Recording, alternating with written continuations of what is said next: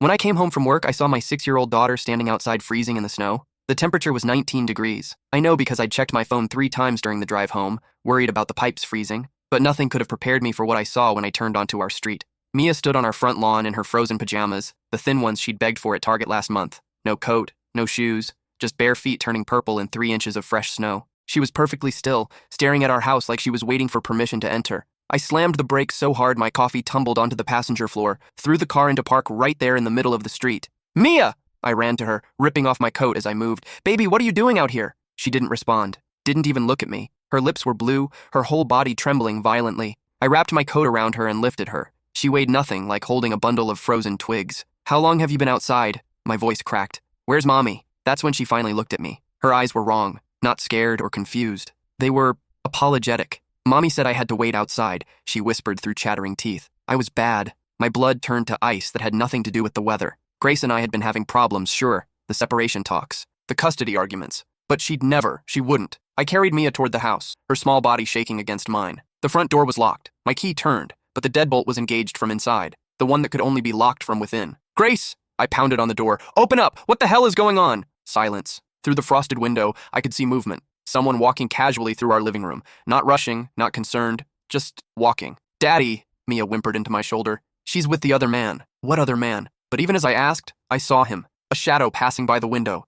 Broad shoulders, definitely male. In my house, while my daughter froze outside. I set Mia down on the covered porch and tried calling Grace. It rang 4 times before going to voicemail. I could hear her ringtone through the door. She was right there, 10 feet away, choosing not to answer. That's when I noticed Mia's hands. Angry red marks around both wrists. Rope burns. "Mia, show me your wrists." She pulled back, ashamed. I tried to come inside when it got dark, but the rope was too tight. "Rope? What rope?" She pointed to the maple tree in our front yard. A frayed piece of clothesline dangled from the lowest branch, cut clean through. My hands started shaking, and not from the cold. I pulled out my phone to call 911, but Mia grabbed my arm. "Don't!" she pleaded. She said if I told anyone, she'd send me away forever, to the place where bad kids go. The front door suddenly opened. Grace stood there in her silk robe, hair perfectly styled, makeup fresh. Behind her, I glimpsed a man I didn't recognize buttoning his shirt. "Oh, you're home early," she said, voice eerily calm. She looked at Mia with cold eyes. "I told you to wait by the tree." "Grace, what did you do?"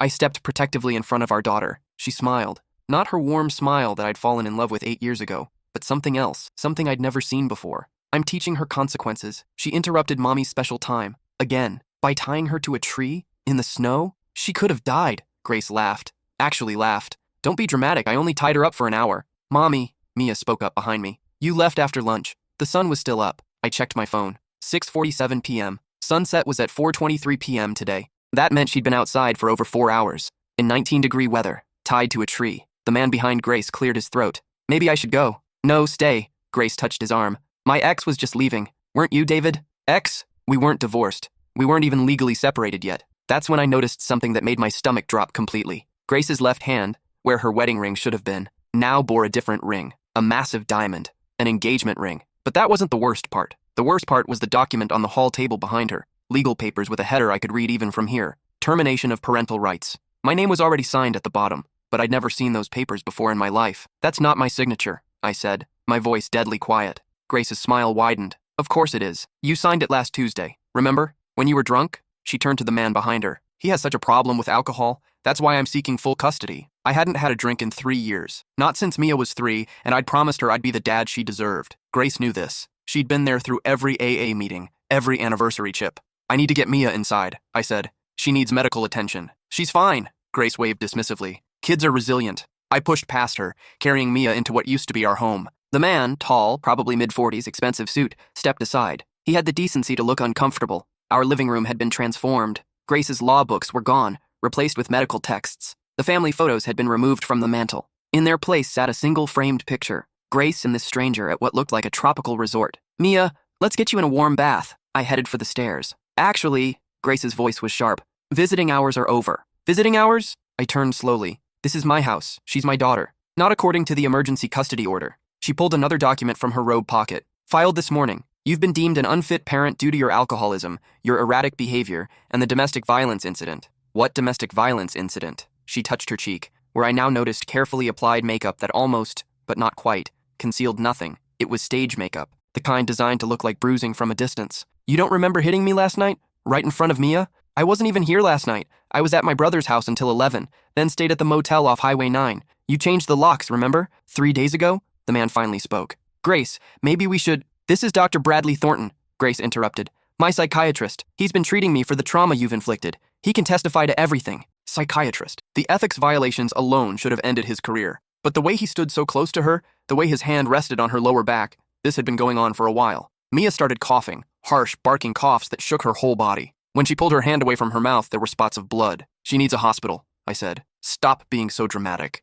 Grace rolled her eyes. Brad, tell him she's fine. Brad, Dr. Thornton, barely glanced at Mia. Children are surprisingly adaptable to temperature changes. You haven't even examined her. I don't need to. Grace has been keeping me informed of the behavioral issues. Sometimes natural consequences are the best teacher. Behavioral issues. My sweet, quiet daughter who still apologized to her stuffed animals when she accidentally dropped them. What behavioral issues? I asked, though I was already pulling out my phone. The lying, Grace said. The stealing. The violence toward other children. That's not true. Mia's voice was raspy. I never... See? Grace pointed at her. She's doing it right now. Lying. I dialed 911. You call them, Grace said calmly, and I'll tell them you violated the protection order, that you broke in here threatening us. Brad will confirm everything, the operator answered. 911, what's your emergency? I looked at my daughter, frostbitten, coughing blood, rope burns on her wrists, then at my wife and her psychiatrist lover, standing there with their fabricated papers and false accusations. I need police and an ambulance at 482 Maple Street. My 6-year-old daughter has been tied outside in freezing weather for multiple hours. She's showing signs of hypothermia and possible frostbite. Grace's face went white. You bastard! While I gave details to the operator, she and Brad had a furious whispered conversation. I heard fragments, told you this would happen, and handle it like we discussed, and everything's in place. The ambulance arrived in 8 minutes. The EMTs took one look at Mia and immediately began treatment. Her core temperature was 92 degrees, moderate hypothermia. The rope burns were infected, early stage frostbite on 3 toes. How long was she outside? The EMT asked. At least 4 hours, I said. She was tied to that tree. The EMT's face darkened. She whispered something to her partner, who immediately called for police backup. Grace stepped forward, tears suddenly streaming down her face. Officers, thank God you're here. My ex-husband is violating a protection order. He's not supposed to be here. 2 cops had arrived. The older one, Officer Ramirez, according to his badge, looked skeptical. Ma'am, we're responding to a child endangerment call. Yes, Grace sobbed. He endangered her. He's the one who put her outside. I just got home and found her like this. I was about to call when he showed up, drunk and violent. That's not true. Mia tried to sit up on the gurney. Daddy just got here. Mommy tied me to the tree because She's confused, Brad interrupted, stepping forward with authority. I'm Dr. Bradley Thornton, the child's psychiatrist. She has a documented history of false accusations and attention-seeking behavior. Combined with the hypothermia, she's likely experiencing confusion. You're not her psychiatrist, I said. She's never seen a psychiatrist in her life. Brad produced a folder. 6 months of session notes say otherwise. I grabbed the folder before the officers could. Inside were detailed psychiatric evaluations of Mia. Descriptions of violent outbursts I'd never witnessed. Medications prescribed that she'd never taken. All dated, all with Brad's official letterhead and signature. All complete fabrications. These are forged, I said. Check with her pediatrician, Dr. Patel, at Children's Medical. She's never been referred to any psychiatrist. The father is in denial, Brad said smoothly. It's common in cases of abuse. Officer Ramirez looked between us. Sir, I'm going to need to see some identification. As I reached for my wallet, Grace played her next card. He has a gun. Everyone froze. That's a lie, I said, keeping my hands visible. I don't own a gun. Never have. Check his car, Grace insisted. He keeps it under the driver's seat. The younger officer headed to my car while Ramirez watched me carefully. Within minutes, he returned holding a Glock 19, a gun I'd never seen before. That's not mine, I said, my voice hollow. Someone planted that. Sir, I'm going to need you to turn around and place your hands behind your back. Wait, please. Test Mia's wrists for rope fibers. Check the tree. Look at the doorbell camera. It'll show how long she was outside. We don't have a doorbell camera, Grace said quickly. He broke it last week in one of his rages. I looked up. The mount where our Ring doorbell had been was empty. Fresh scratch marks on the siding showed it had been recently removed. As Ramirez cuffed me, the EMT spoke up. Officer, this child needs immediate transport. The rope burns show she was restrained for an extended period. The pattern suggests she struggled significantly. The father did it, Grace insisted, before I got home. Ma'am, the EMT's voice was cold. The frostbite progression and core temperature indicate she was outside for a minimum of 3 hours. When did you arrive home? Grace hesitated just a second too long. About an hour ago? Then you left an injured, hypothermic child outside for an hour without calling for help? I was scared. He was threatening us. The EMT made a note on her tablet. I'm mandating transport and police involvement. This child is in immediate danger. They loaded Mia into the ambulance. She reached for me, crying, Daddy, don't let them take me. I'll fix this, baby, I called out as they pushed me toward the police car. I promise. The ride to the station was surreal. 20 minutes ago, I'd been worried about frozen pipes. Now I was under arrest, my daughter was hospitalized, and my wife had orchestrated an elaborate frame-up with her psychiatrist lover. At the station, they put me in an interrogation room. The gun, they informed me, was registered to my name, purchased 2 weeks ago from a gun shop where surveillance footage clearly showed me filling out the paperwork, except I'd been in Denver 2 weeks ago for a work conference. I had plane tickets, hotel receipts, attendance records from presentations. When I told them this, they pulled the footage. It was grainy but clear enough. A man my height, my build, wearing a baseball cap and sunglasses. He kept his face turned from the cameras, but his gait, his posture, it was uncanny. Even I might have believed it was me if I didn't know better. "I need a lawyer," I said. While waiting, I thought about the past few months. Grace's behavior had been changing gradually, so slowly I'd almost missed it. Working late, new passwords on her devices, a sudden interest in my life insurance policy, the fights that came out of nowhere, always when Mia was within earshot. She'd been building this case against me piece by piece. My lawyer arrived, Tom Morrison, an old friend from college. He took one look at the evidence and whistled low. "David, this is sophisticated. The gun purchase, the psychiatric records, the protection order. Someone put serious thought into this. It's Grace. And that psychiatrist, Brad Thornton." Tom pulled out his laptop. "Let's see what we can find about Dr. Thornton." Within minutes, we had our first break. Brad Thornton had been Grace's psychiatrist. Not Mia's, but Grace's. She'd been seeing him for marriage counseling, solo sessions that I'd encouraged, thinking it would help our relationship. "David," Tom said slowly, "when did Grace increase your life insurance?" 3 months ago. Said it was for Mia's college fund." "How much?" $2 million. Tom's face went pale. "And if you're convicted of child endangerment and domestic violence?" I saw where he was going. "She gets everything. The house, the savings, the insurance, and full custody of Mia. We need to get to the hospital," Tom said. "Now." The police released me on bail with conditions. I couldn't go within 500 feet of Grace or the house, but nothing prevented me from seeing Mia at the hospital. She was in pediatric intensive care, hooked to warming blankets and IVs. The frostbite was worse than initially thought. She might lose her left pinky toe. A nurse was documenting her injuries, photographing every mark. "Daddy?" Her voice was tiny. "Am I in trouble?" "No, sweetheart, never. Can you tell me what happened today? All of it?" She looked around nervously. "Is Mommy here?" "No, it's just us and my friend Tom. He's here to help." The story came out in pieces. Grace had been leaving her alone for hours, sometimes all day, while she went to appointments. Brad had been coming to the house for weeks. They thought Mia didn't understand what she was seeing, but she did. "Mommy told me I was sick," Mia said. "That my brain was broken, and that's why I thought bad things about her and Brad." "What kind of bad things?" "That they were doing grown-up things, that they were planning something. I heard them talking about money and papers and making you go away." Tom was recording everything with the nurse's permission. "Tell me about today," I said gently. "Mommy said we were going to play a game, that I had to stay outside for a little while, and when Daddy came home, I should tell him I'd been bad, but I got cold and tried to come in. That's when she tied me to the tree." "Did she say why?" Mia nodded. "She said if I didn't play the game right, I'd never see you again, that Brad would be my new daddy and I'd have to take medicine that would make me forget you." The nurse made a sound of disgust. She'd been listening while pretending to check monitors. "There's more," the nurse said quietly. "The blood work shows traces of antipsychotics in her system. Low doses, but consistent with regular administration over several weeks. They'd been drugging my daughter to make her seem disturbed, to support their false psychiatric records." Tom stepped out to make calls. Within an hour, we had an emergency custody hearing scheduled for the next morning. CPS was involved now. Their investigation launched based on the hospital's report. That night, I stayed in Mia's hospital room, sleeping in the chair beside her bed.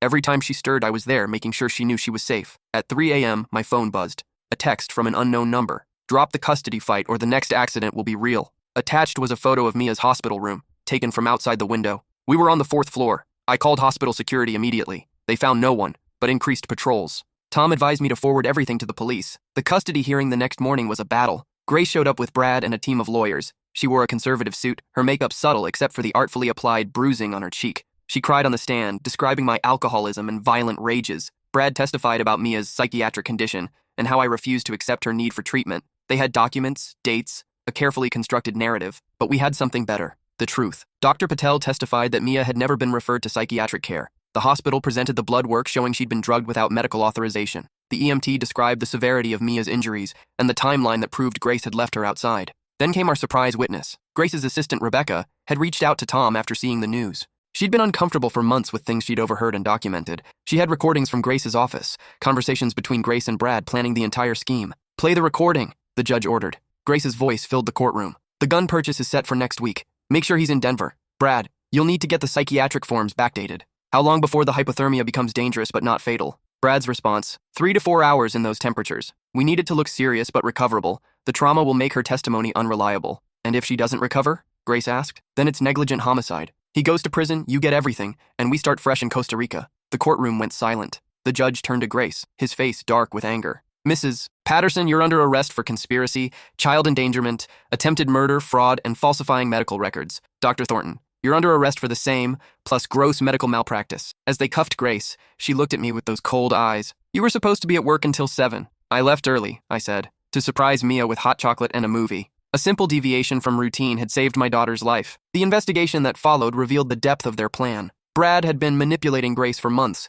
using their sessions to plant ideas about my dangerous behavior. He'd helped her forge documents, create false evidence, even coached her on how to act as the victim. The gun shop footage was Brad. Similar height and build to me, careful coaching from Grace on my mannerisms. The psychiatric records were completely fabricated, designed to discredit anything Mia might say. They'd planned to escalate the accidents until either I was imprisoned or Mia was too traumatized to testify against them. The endgame was always the same: collect the insurance money and disappear together. Grace's lawyer tried to argue that Brad had manipulated her, that she was a victim too, but the recordings were clear. She'd been an enthusiastic participant, sometimes even the driving force. 6 weeks later, I sat in a new apartment with Mia. The house held too many memories, too many shadows. We'd started fresh: new home, new school, new therapist, a real one this time, to help her process the trauma. "Daddy," she said one evening, coloring at the kitchen table, "why did Mommy want to hurt me?" I'd struggled with how to answer this. The therapist said to be honest but age-appropriate. "Sometimes people get sick in their hearts," I said carefully. "They want things so badly that they forget how to love properly." Mommy got confused about what was important.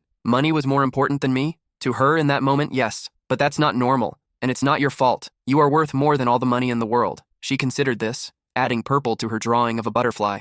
"Will she come back?" "No, sweetheart. She's going to be away for a very long time." Grace got 25 years with no possibility of parole for 15. Brad got 30. The psychiatric angle added additional charges. They tried to flip on each other once the relationship soured in county jail, each claiming the other was the mastermind. The recordings made it clear they were equally guilty. During the trial, more came out. Grace had been planning this for over a year. She'd researched similar cases, studied what worked and what didn't. She'd chosen Brad specifically because of complaints against him that had been covered up. She knew he'd be vulnerable to her influence. The most chilling discovery was a folder on her computer titled Contingencies, different scenarios for how to eliminate me from the picture, each more elaborate than the last. Mia being tied outside wasn't even the worst one. There was a plan involving a camping trip and a tragic accident, a plan involving food poisoning that would look like negligence, a plan involving a house fire where I would be too drunk to save Mia. Each plan carefully detailed, with Brad's medical knowledge ensuring plausibility. The prosecutor said it was one of the most elaborate, premeditated schemes she'd ever seen. The only reason it failed was my early arrival and Mia's survival instinct to keep fighting against the cold.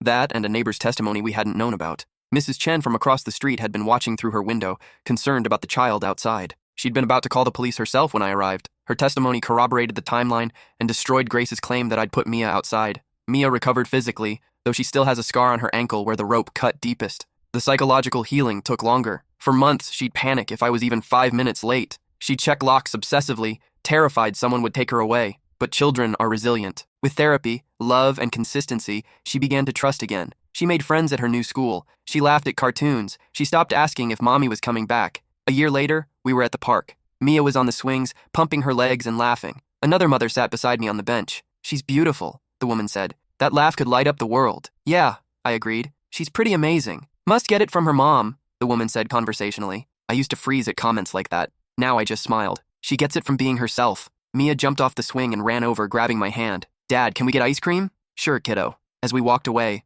she said quietly, "That lady was wrong. I don't get my laugh from Mommy. I get it from you." "How do you figure?" "Because you're the one who taught me it was safe to be happy again." We got ice cream. Chocolate for her, vanilla for me. We sat on the curb outside the shop watching cars go by. Simple, normal, perfect. "Dad?" Mia said, chocolate on her nose. "I'm glad you came home early that day." "Me too, baby." "Do you think—" She paused, choosing her words carefully. "Do you think Mommy ever loved me? Even a little?" It was the question I dreaded, the one the therapist said would eventually come. "I think she loved you the only way she knew how," I said finally. "But sometimes that's not enough. Sometimes people's love gets so twisted up with other things, money, control, fear, that it stops being love at all. But your love doesn't get twisted." "No, baby. My love for you is the simplest, purest thing in my world. Always has been. Always will be." She leaned against me, satisfied with that answer. Later that night, after Mia was asleep, I sat at my laptop working on the victim impact statement for Grace's sentencing review. 5 years into her sentence, she was petitioning for reduced time based on good behavior and mental health considerations. I looked at the photos from that night: